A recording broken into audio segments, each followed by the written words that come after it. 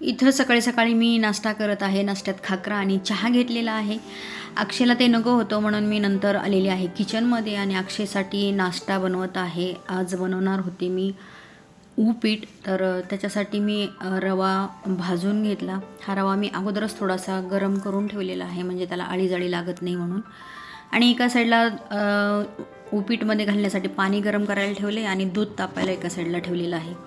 तर आता हे उपीट तयार झालेलं आहे. आज उपीटासाठी कोथिंबीर नव्हती म्हणून मी हिरवं हिरवं थोडंसं त्याच्यात मी मटार टाकलेले आहेत. आपण याच्यात आणखीन गाजर, मटार, कांदा हे सगळं भाज्या आपण घालू शकतो. आणि नंतर मी इथं आलेले आहे. घराची साफसफाई करायची आहे, हळदी कुंकू करायचं आहे म्हणून मी इथं साफसफाई करण्यासाठी हॉलमध्ये आलेली आहे. तर बघा किती पसारा पडलेला आहे. आणि आता हा हॉलमधला थोडासा पसारा आवरून घेतला आणि नंतर इथं हे स्टोरेज आहे आमचं. तर ते स्टोरेज पण थोडंसं म्हटलं साफ करावं. तर स्टोरेज म्हटलं तर ते स्टोरेजच आहे. कितीही वेळा साफ केलं तरी तर ते तसंच त्याचा पसारा होतच असतो. तरी पण वरचेवर थोडंसं हात फिरवावा लागतो म्हणून मी हे स्टोरेज थोडंसं नीटनेटकं करून घेणार आहे. तर हळदी कुंकू करायचं आहे म्हटलं तर हे घराची साफसफाई हे करणं आलंच. निमित्त असतं आपल्याला कुठलं तरी काहीतरी कार्यक्रम असेल तर त्यानिमित्ताने आपण आपल्या घराची नेहमी स्वच्छता करत असतो. तर त्यातच अक्षय चिकन घेऊन आला. तर हे चिकन आहे तर ते मी चिरून घेते अगोदर आणि थोडं इकडं साफसफाई पण चालू आहे आणि हे पण चालू आहे. म्हणजे आता हळदी कुंकू करायचं म्हटलं तर सगळं ही इतकी तर गडबड नक्कीच होत असते आणि मला वाटते प्रत्येकच महिलांची ही गडबड असते. आणि हा माझा छोटा मुलगा आहे विकास. तर तो माझ्या मागे मागे सारखा सतत फिरत असतो. मी कुठे स्वयंपाकघरात असेल कुठेही असेल तर तो नेहमी माझ्या मागेच असतो. मध्ये मध्ये येऊन तो सारखा काही ना काही गप्पा मारत असतो, बोलत असतो, विचारत असतो. त्याला प्रश्न फार पडतात. नंतर हे चिकन स्वच्छ धुवून घेतलं आणि आलं, लसूण आणि मिरची वाटून घेतलेली आहे. त्याच्यात मी लिंबू पिळून घेतलं आणि दही लावून घेतलेलं आहे. चिकनला मी मीठ आणि हळद लावलेलं नाही आहे. ते मॅरिनेशनसाठी ठेवलं आणि मी आलेले आहे परत हॉलमध्ये. तर हा सगळा पसारा काढलेला आहे बघा, तुम्हाला दिसत आहे. वरचं सगळं हळूहळू खाली घेत आहे आणि नंतर ते साफ म्हणजे स्वच्छ पुसून घ्यायचं. किती वेळा तुम्ही महिन्यातून एकदा केलं तरी पण ही जी साफसफाई आहे ती संपत नाही, धूळ काही संपत नाही. तर मी इथं खाली बसून हे जे सगळं वरचं काढून घेतलेलं आहे ते साफ करून घेत आहे. आणि हे सगळे आहेत हे माझ्या मिस्टरांचं समाजसेवा जी आहे. तर काही कंपनीकडून काही आणि काही समाजाकडून त्यांना जे पुरस्कार मिळालेले आहेत तर ते आहे हे सगळं. तर हे मी स्वच्छ करून घेत आहे.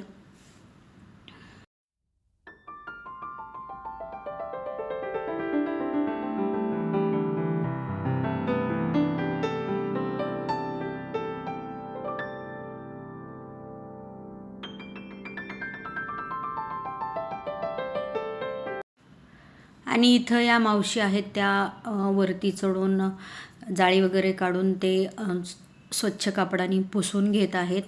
तर साफसफाई केली तरच घर स्वच्छ दिसतं. आणि आपण नेहमी एरवी तर आपण करतच असतो पण असे विशेष काही कार्यक्रम असेल तर मग थोडी जास्त एक्स्ट्राची साफसफाई करावी लागते.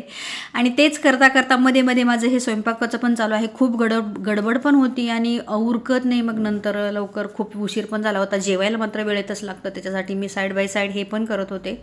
आणि आता इथं मी चिकन शिजायला टाकण्यासाठी कांदा आणि तेल टाकलं. थोडेसे खडे मसाले आहेत, तमालपत्र आहे, स्टारफूल होतं आणि लवंग वगैरे होती. तर ते टाकलं, कांदा टाकला, टोमॅटो, कोथिंबीर टाकून छान परतून घेतलेलं आहे. आणि हे मॅरिनेशन केलेलं हे जे चिकन आहे तर ते मी त्याच्यात घालून घेतलेलं आहे. मी याच्यात अजूनही मीठ आणि हळद टाकलेलं नाही आहे.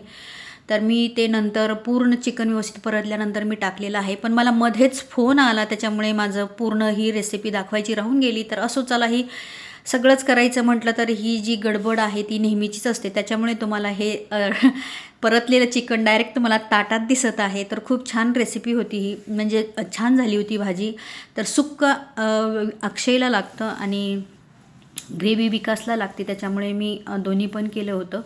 तर ही ग्रेव्ही आणि सुक्कं तर छान झालं होतं. रेसिपी पूर्ण शेअर करायची होती पण गडबडीमुळे मला ती काही करता आली नाही. फोन आल्यामुळे फोन बराच वेळ चालू होता आणि त्याच्यात रेकॉर्डिंग काही होत नव्हतं त्याच्यामुळे ती रेसिपी राहून गेली. तर नेक्स्ट कधीतरी मी ती शेअर करेनच. तर नंतर आणि डायरेक्ट मी संध्याकाळी मुलांना जेवायला दिलं आणि नंतर डायरेक्ट मी पण जेवण केलं आणि नंतर डायरेक्ट ही संध्याकाळचंच शूटिंग घेतलेलं आहे. हळदी कुंकू करायचं म्हणून मी परत आज पाकाचे लाडू करणार आहे. तिळगुळाचे पाकातले लाडू करत आहे. तर त्याच्यासाठी 2 कप तीळ घेतलेले आहेत, ते मी अगोदरच भाजून ठेवले होते आणि त्याच्यासाठी 2 कप गूळ घेतलेला आहे, तो छान वितळून घेतलेला आहे. मी याच्यात पाणी अजिबात घातलेलं नाही आहे आणि छान असा हा गूळ वितळून गेलेला आहे पूर्ण. गुळाचा पाक व्हायला फार वेळ लागत नाही, कारण त्याच्यात पाणी घालत नाही आपण, त्याच्यामुळे पाक पटकन होतो. तर मी 1-2 मिनटानंतर मी पाक झाला आहे का बघितला, पण पाक काही झाला नव्हता. नंतर मी हे अर्ध जायफळ जे आहे ते किसून घातलेलं आहे त्या ह्याच्यात पाकात. नंतर मी हा पाक झाला आहे का बघितलं, तर पाक आपल्याला असा थोडासा कटकन तुटला पाहिजे, लाडू किंवा वडी असा आपल्याला पाक पाहिजे. तर त्या पद्धतीने मी हा पाक करून घेतला आहे. तर छान तुटत आहे जो पाक केलेला आहे तो. आणि नंतर मी हे तीळ भाजलेले जे तीळ आहेत तर ते मी घालून घेतले आणि छान त्याचे मी लाडू वळून घेतले. लाडू करा किंवा मग वडी हवी असेल तर तुम्ही वडी पण करू शकता, पण मी संक्रांती दिवशी वडी केली होती म्हणून आज हे तिळाचे लाडू केले. खूप गरम होतं आणि त्याचं एक थोडंसं जी क्वांटिटी आहे ती एकसारखी यावी म्हणून मी आज चमच्याने थोडे थोडे करून हातावर हे असे लाडू वळून घेतले. तर लाडू वळता वळता जे आहे ना, माझे हात खूप लाल असे झाले होते, कारण थोडं थोडं ते भाजत होतं. तर अशाच पद्धतीने मी हे सगळे लाडू करून घेणार आहे.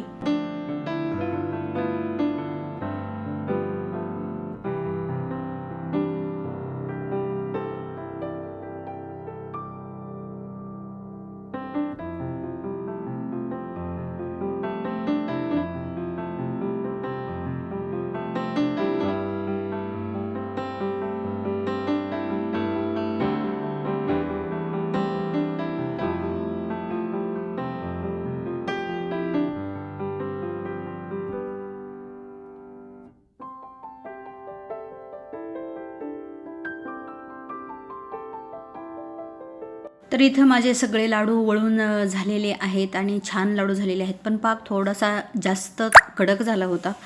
तर असो, पण छान लागत होते आणि मस्त झाले होते लाडू. तर हे लाडू झालेले आहेत, पूर्ण वळून घेतलेले आहेत. आणि कसा वाटला आहे तुम्हाला हा माझा छोटासा ब्लॉग नक्की सांगा. आणि आवडला तर व्हिडिओला लाईक करायला विसरू नका आणि कमेंट नक्कीच करा. आणि पूर्ण व्हिडिओ पाहिल्याबद्दल तुम्हा सर्वांचे खूप मनापासून धन्यवाद. तर आता बघू पुढचा व्हिडिओमध्ये आपण भेटूया. तोपर्यंत सर्वांना बाय आणि असंच तुमचं प्रेम राहू द्या आणि असेच पूर्ण व्हिडिओ बघा. धन्यवाद.